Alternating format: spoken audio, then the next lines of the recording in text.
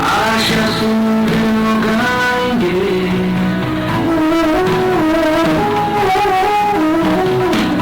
नन्हे नन्हे हाथों से आकाश के तारे लाएंगे। हमको किसी से कोई ना समझना।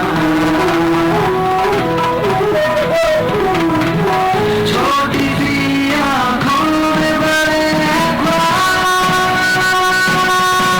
हम होंगे कामयाब, हम होंगे कामयाब, हम होंगे कामयाब, हम होंगे कामयाब।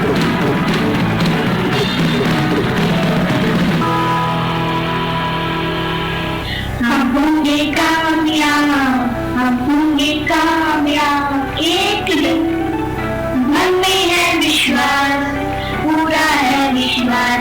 आदाब, सत श्री अकाल, नमस्ते, ओम शांति। दिल की गहराइयों से एक अरमान लाए हैं। आपके लिए हम ऐसा प्रोग्राम लाए हैं जिसका नाम है हम होंगे कामयाब। जीवन में तो ना कुछ ज्यादा मुश्किल होता है और ना ही आसान। सारा खेल मानने पर। मान लो तो मुश्किल है, ना मानो तो मुश्किल नहीं है। हमारा अच्छा व्यक्तित्व बने, उसके पीछे हमारे अंदर के विचार ज्यादा महत्वपूर्ण रोल अदा करते हैं। इसी के साथ एक और चीज इम्पोर्टेंट होती है। स्वीटी, क्या तुम जानती हो? नहीं दीदी, आप ही बता दीजिए। वो है हमारी आदतें। मुझे भी तुम्हारी एक आदत बिल्कुल पसंद नहीं है। वो है तुम फोन नहीं उठाती हो। फोन नहीं उठाना भी एक आदत है, पर इस आदत की वजह से मुझे भी कई बार लॉस हुआ है। हाँ, ऐसा बहुत बार हो सकता है, लेकिन हमारी कुछ आदतें ऐसी हैं जिनकी वजह से हम कामयाबी को दूर करते जा रहे हैं और जिस आदत से हमारे पेरेंट्स भी परेशान हैं, वो है बच्चों की फोन एडिक्शन, जिसका असर उनकी आने वाली भविष्य पर भी पड़ सकता है। स्वीटी, क्या तुम भी फोन ज्यादा चलाती हो? हाँ, कभी कभी। ये तुम क्या कर रहे हो स्वीटी? क्या तुम्हें पता नहीं है कि फोन से क्या क्या नुकसान होते हैं? चलो मैं तुम्हें कुछ दिखाती हूँ। उठ आकृति, उठ। कितना सोएगी? सुबह के 10 बज गए हैं। अरे मम्मी, मैं 2 बजे सोई थी। प्लीज सोने दो ना। सोने का कोई टाइम टेबल होता है कि नहीं? सुबह से रात तक फोन में लगी रहती है, उसी का ही नतीजा है। चल उठ। और सुनो, मैं दुकान से दूध लेकर आ रही हूँ, उतनी देर में कचरे वाली गाड़ी आए तो कचरा निकाल देना।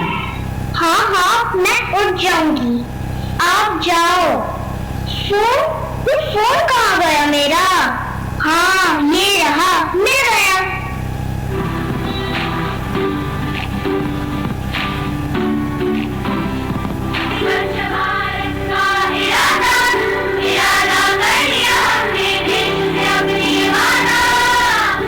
अरे आकृति, गाड़ी आकर चली गई और तूने कचरा नहीं निकाला?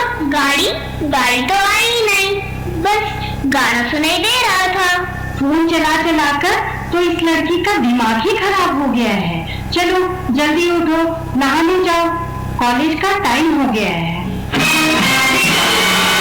मम्मी, कितनी ठंड है, आज नहीं नहाऊंगी। नहीं नहाओगी ना? कॉलेज वालों को बता दूंगी कि रोज ये बिना नहाए बस फाउंडेशन लगा के आ जाती हैं। नहीं नहीं मम्मी, जा रही हूँ।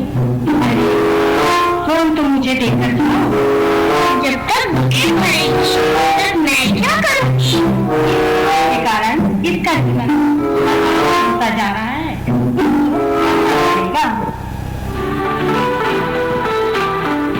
Mummy, I am getting late, नाश्ता लगा दो। वैसे आज क्या बनाया है? वाह, इटालियनो पास्ता। अभी सबको स्नैप शेयर करती हूँ। अरे बेटा, पहले खा तो लो।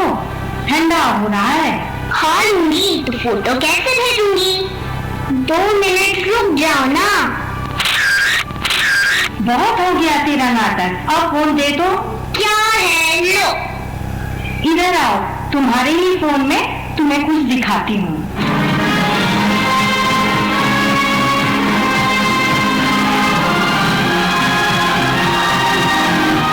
नमस्कार, वेलकम टू दी बंदर शो। पहले हम बहुत उदास थे क्योंकि हम सिर्फ 3 थे। एक जो न बोले, एक जो न सुने और एक जो न देखे। लेकिन आज हम एक ऐसा प्रोडक्ट दिखाने जा रहे हैं जिसकी वजह से चौथा बंदर पैदा हो गया, जो बोल, सुन, देख तीनों नहीं कर सकता है। और वो प्रोडक्ट है फोन। दिल बहला है आपके आ जाने, आपके आ जाने। बहुत पावर है इस फोन में। अगर आप सोच रहे हो कि आप इसे चला रहे हो तो बिल्कुल गलत सोच रहे हो, क्योंकि धीरे धीरे ये फोन आपकी जिंदगी को चलाएगा। इस प्रोडक्ट के अनेक फायदे हैं। अगर आपके पास फोन है तो आपको किसी इंसान की जरूरत नहीं, किसी दोस्त की जरूरत नहीं, किसी रिश्तेदार की जरूरत नहीं, किसी अपने की जरूरत नहीं। फोन की वजह से आपका फोकस भी बढ़ जाता है, क्योंकि आपका फोकस पूरा फोन में रहता है। आप आसपास की दुनिया से बहुत दूर हो जाते हो। आपका डाइटिंग हो जाता है, क्योंकि जितना आप फोन में घुस जाएंगे उतना आपका खाना, पीना, सोना आप सब भूल जाओगे। पहले तो मैं बहुत परेशान था, बिल्कुल अकेला बैठा रहता था, पर जब से मेरे पास ये फोन आया मुझे मिल गए मेरे new friends. Wow! Hi, myself is. Hey, myself Insta, Twitter, WhatsApp, Snapchat. ये कभी आपको अकेला नहीं छोड़ेंगे। अरे तू खाना खा रहा है, अपडेट कौन करेगा? हे, अपडेट छोड़ो, फोटो कौन खींचेगा? ये सब छोड़ो, before you eat, make sure you do it. अरे बंदर, खाना जल्दी खा, कितना भूख मेरा वेट कर ले रहा है।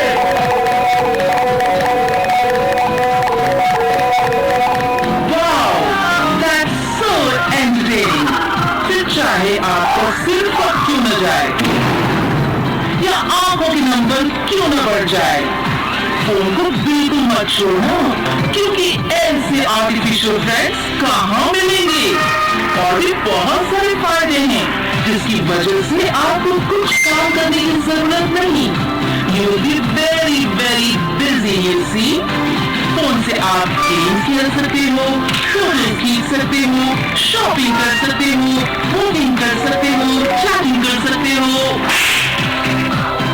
हम तो सिर्फ बंदर हैं, हमें अक्ल कम है, लेकिन आप तो इंसान हो, अक्लमंद और समझदार हो।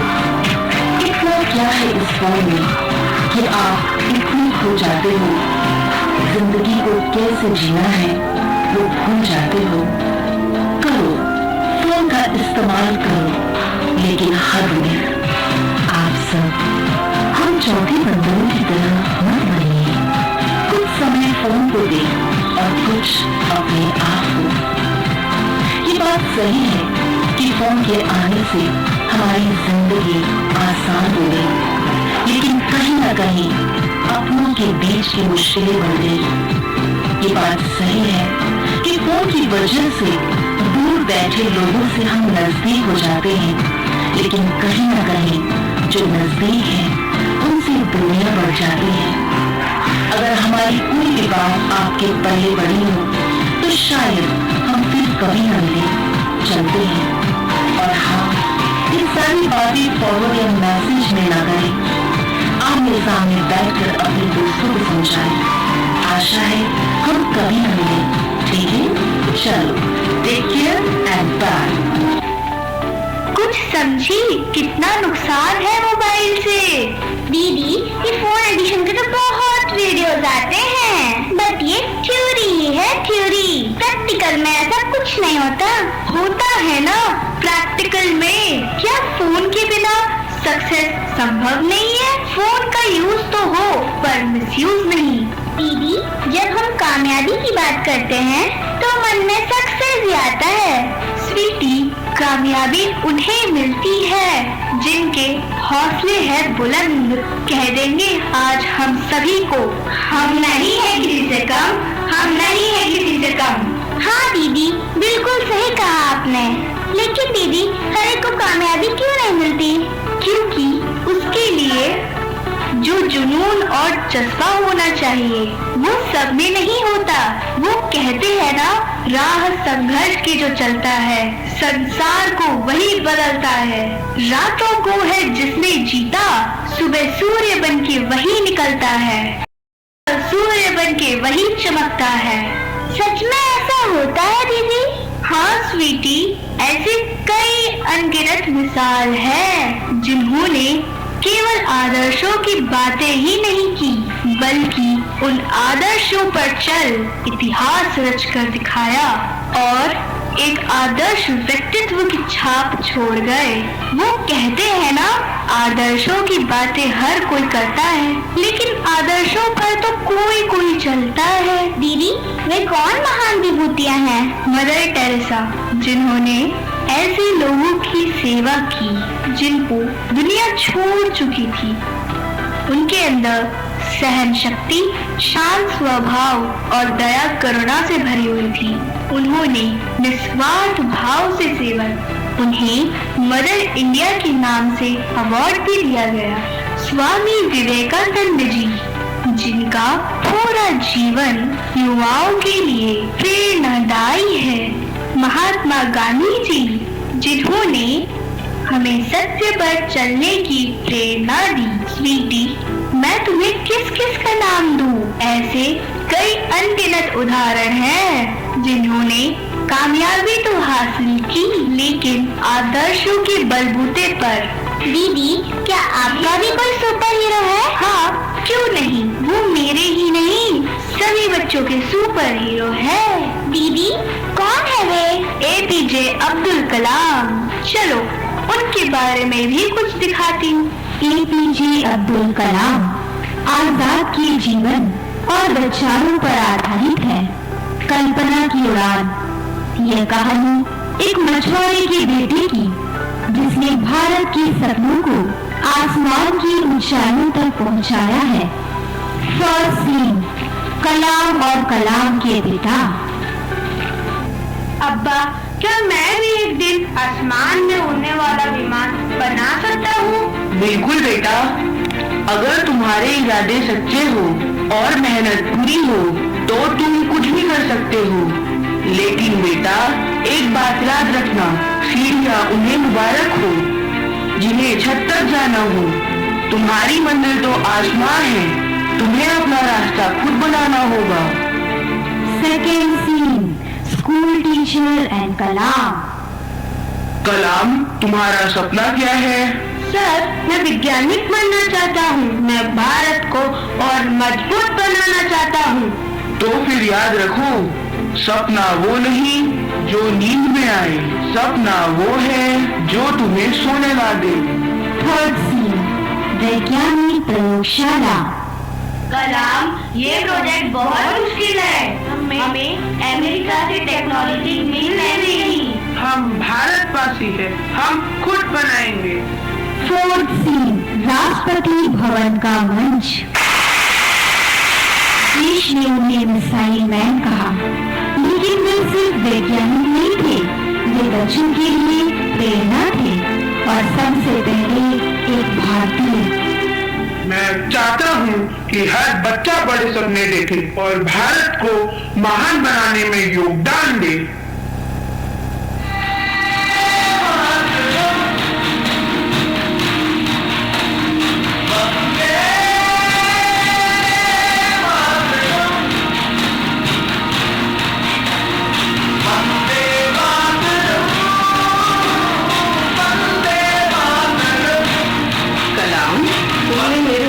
को पंख दिए। तुम्हारा जीवन हर भारतीय के लिए दीपक की तरह है। माँ, मैं तो एक साधारण नागरिक हूँ जिसने देश से प्रेम किया।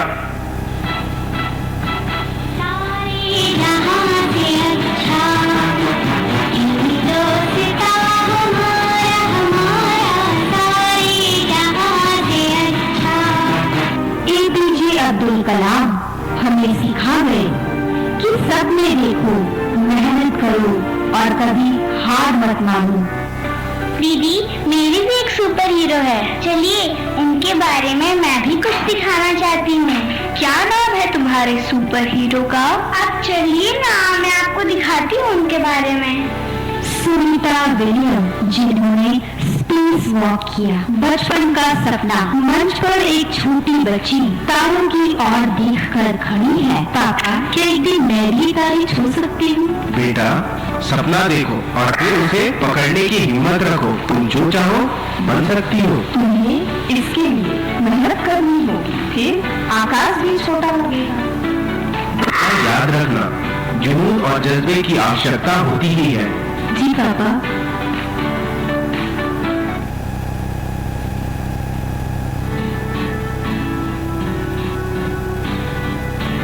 मजाक और जिद्दी दोस्त। अरे वो तो अमेरिका वाले बनते हैं, तुम तो बस डॉक्टर बनो, डॉक्टर। मैं भारतीय भी हूँ, अमेरिकी भी हूँ और मैं वही बनूंगी जो मेरा दिल कहे। स्पेस में मैं उड़ने वाली लड़की। NASA selection centre. सुनीता, आप भारतीय महिला हैं जो स्पेस वॉक पर जाएगी। क्या आप तैयार हैं? मैं तैयार ही इस दिन के लिए हुई थी। मैं अंतरिक्ष में सिर्फ एक यात्री नहीं हूँ, मैं करोड़ों लड़कियों का सपना हूँ। Sunita, best of luck. Are you ready?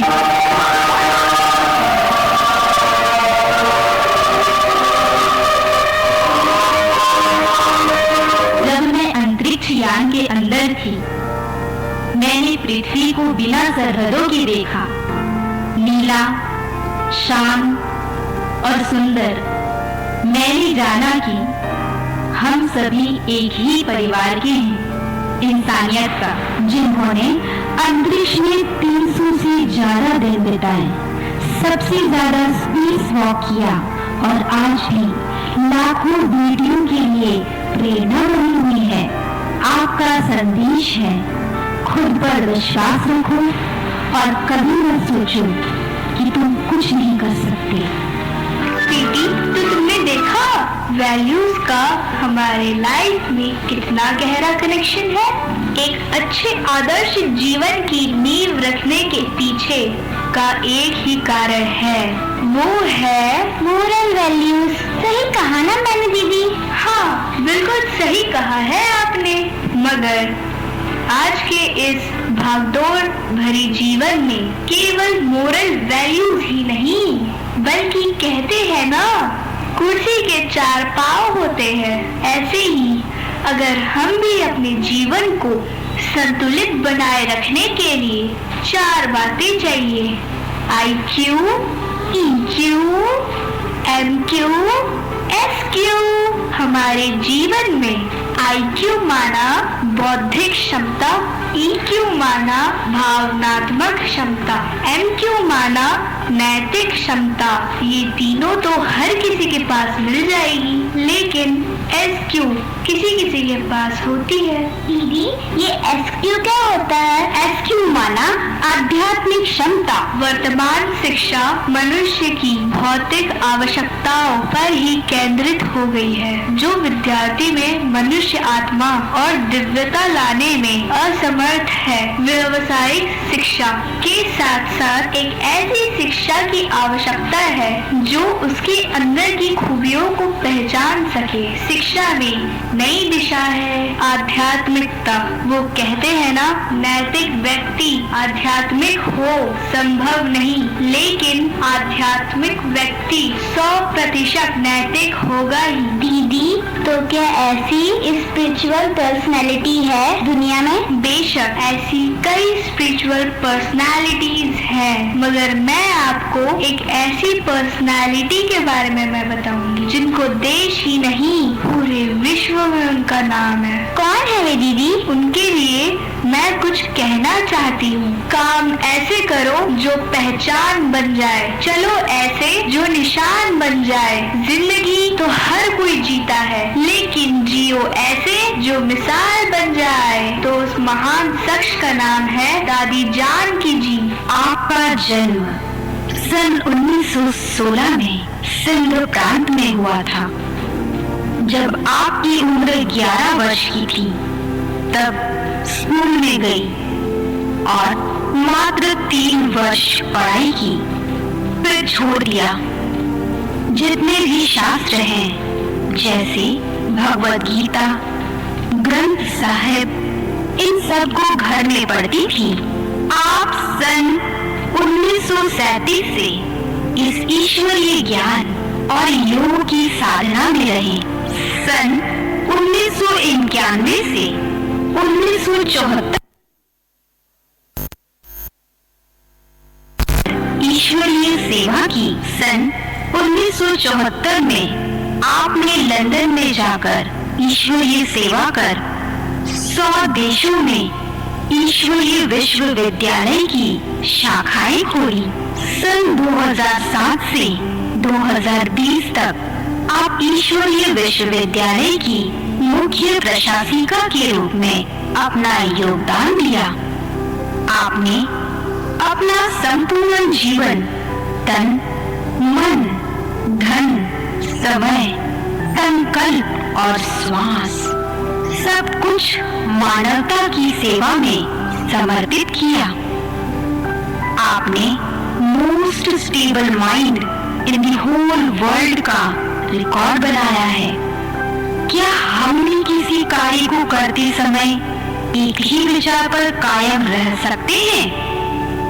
क्या यह संभव है कि हम सभी जानते हैं कि इंसान का मन कभी स्थिर नहीं रहता, लेकिन इसी बात को संभव करने का रिकॉर्ड दादी जानकी के नाम पर दर्ज है।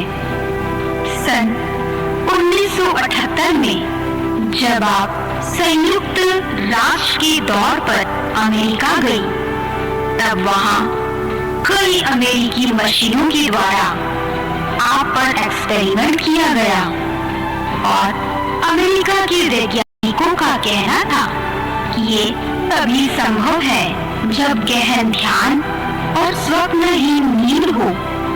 लेकिन आपने जागृत अवस्था में ऐसी स्थिरता हासिल कर ली थी।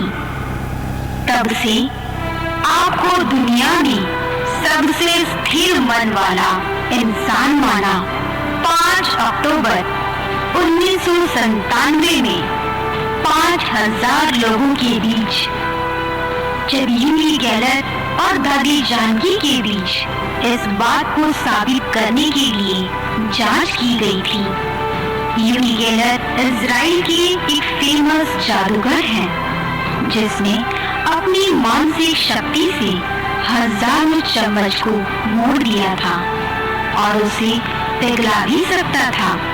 यूरी गेलर और दादी जानकी के बीच हुई स्पर्धा में यूरी गेलर ने माना कि दादी जानकी दुनिया में सबसे स्थिर मन वाली इंसान है।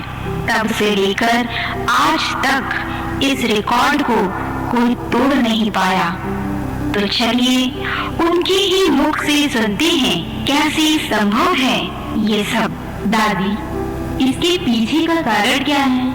आपका मन इतना शांत कैसे रह लेता है? अच्छा, ओम शांति।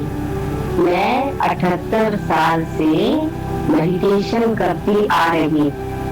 और ये सब उसी का ही परिणाम है। मेरे जीवन के 3 सिद्धांत हैं, सच्चाई, सफाई और सादगी। चलिए आप सब भी मेरे साथ बोलिए, ओम शांति, ओम शांति, ओम शांति, ओम शांति, ओम शांति। आप सभी ने बोला ना ओम शांति। इस ओम शांति का अर्थ है मैं आत्मा शांत स्वरूप हूँ और मुझ आत्मा के पिता शांति के सागर हैं। मुझ आत्मा का घर शांति धाम है। तो आप सब भी ये प्रैक्टिस करेंगे ना, तो आप सब भी उसका अनुभव कर पाएंगे। ओम शांति। तो देखा आपने, इनका पूरा जीवन ही हमारे लिए एक आदर्श है। दीदी, मुझे भी इनकी तरह अपने मन को शांत करना है, तो उसके लिए क्या करना पड़ेगा मुझे? मैं आप सभी को एक खुशखबरी देना चाहती हूँ कि आपके ही शहर में डायमंड जुबली भवन साड़ा में ब्रह्मा कुमारी स्वराज योग केंद्र है। यहाँ 7 डेज निःशुल्क मेडिटेशन कोर्स के माध्यम से तनाव मुक्त जीवन का अनुभव कर अपने जीवन को खुशहाल बना सकेंगे। आप भी व्यस्त जीवन में मस्त रह सकेंगे। मैं और मेरी छोटी बहन, हम दोनों कल से ही ज्वाइन हो रहे हैं और आप भी जल्द से जल्द जुड़कर इसका लाभ लीजिए। ओम शांति, ओम शांति, ओम शांति।